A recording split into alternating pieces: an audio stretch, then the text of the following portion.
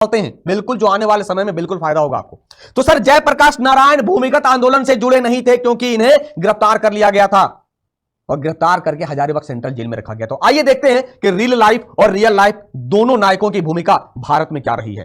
ठीक है, तो आज जयप्रकाश नारायण जो रियल लाइफ में हीरो थे और अमिताभ बच्चन जो रियल लाइफ में बिल्कुल वैसे भूमिका, यानी कहते हैं कि सिनेमा को समाज का दर्पण कहा जाता है, यानी इनसे इंस्पायर होते हैं। सोचो यार 77 वर्ष हो गया इनका और 77 ईयर्स में कितने सारे चीज सीखने को मिलता है, डेडिकेशन देखने को मिलता है। तो आसान नहीं है पैसा कमाना, लेकिन कठिन भी नहीं है पैसा कमाना, यही सब सीखना है। तो देखो सबसे पहले बात करते हैं जयप्रकाश नारायण की। तो ही वाज बोर्न 11 अक्टूबर 1902 को जन्म हुआ था। कहां? सिताब दियारा, सारण डिस्ट्रिक्ट, बिहार, यानी ये बिहार का लाल है। पत्नी प्रभावती देवी क्यों रखा? क्योंकि ये भी स्वतंत्रता आंदोलन में पार्टिसिपेट की थी, इन्होंने भी स्वतंत्रता आंदोलन में भाग लिया था। सर जयप्रकाश नारायण ने राम मनोहर लोहिया के साथ कांग्रेस सोशलिस्ट पार्टी का गठन किया। क्वेश्चन आते हैं, कांग्रेस सोशलिस्ट पार्टी का गठन किसने किया? जयप्रकाश नारायण ने राम मनोहर लोहिया के साथ, राम मनोहर लोहिया के साथ।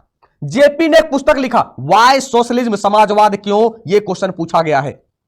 1950 में सर्वोदय योजना प्रस्तुत की गई, यानी सबका उदय हो, सबका उदय हो, यानी कह सकते हैं कि जो प्लानिंग कमीशन की नींव रखी गई इसी पे रखी गई। तो सर्वोदय योजना किसके द्वारा लाया गया? जयप्रकाश नारायण के द्वारा। कब लाया गया? 1950 में लाया गया। 9 नवंबर 1942 को ऐसा घटना, भारत छोड़ो आंदोलन चल रहा था और दिवाली की रात, सोचो फेस्टिवल है, सब अपने अपने घर में व्यस्त हैं, पर्व त्योहार मनाने में, आंदोलन चल रहा है और ये बिहार का लाल, भारत का लाल हजारीबाग के सेंट्रल जेल से अपने 5 सहयोगियों के साथ जेल की 18 फीट दीवार फांदकर भाग गए। सर अंग्रेजी काल में 18 फीट की दीवार फांदकर भाग गए और भाग कर जाते हैं नेपाल और वहां पर आजाद दस्ता नामक एक संगठन बनाते हैं और गुरिल्ला युद्ध शुरुआत कर देते हैं, गुरिल्ला युद्ध की शुरुआत कर देते हैं। 25 जून 1975 को जब आपातकाल लगाई थी इंदिरा गांधी ने, तब इनकी तानाशाही को रोकने के लिए संपूर्ण क्रांति का नारा दिया और संपूर्ण क्रांति का नारा देकर जितने भी यंगस्टर थे सबको एक बात कहा, तख्त बदल दे, ताज बदल दे, बेईमानों का राज बदल दे। जो नारा काफी मशहूर हुआ था 1975 में।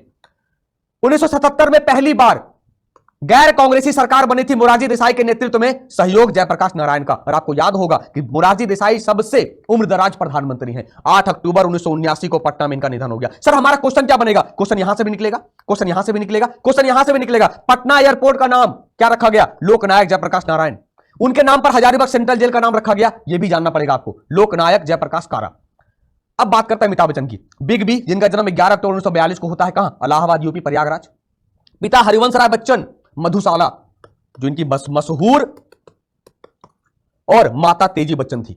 इनकी पहली फिल्म सात हिंदुस्तानी बिल्कुल फ्लॉप रही है। कहा था यार ये बंदा काम नहीं करेगा, इनको ऑल इंडिया रेडियो ने काम नहीं दिया था, लेकिन आज इनके आवाज की दीवाने हैं। कौन बनेगा करोड़पति? अछूता नहीं, आप देख सकते हो।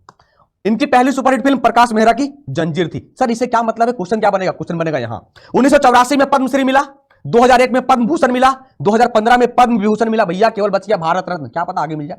फ्रांस सरकार ने इन्हें अपना सर्वोच्च नागरिक सम्मान द लीजेंड से सम्मानित किया है। हाल ही में 2019 में 2018 का 66वें दादा साहब फाल्के पुरस्कार के लिए चुना गया है। तो ये रियल लाइफ के हीरो, रियल लाइफ के हीरो दोनों को महिंद्रा परिवार की तरफ से सत सत नमन, है ना। चलिए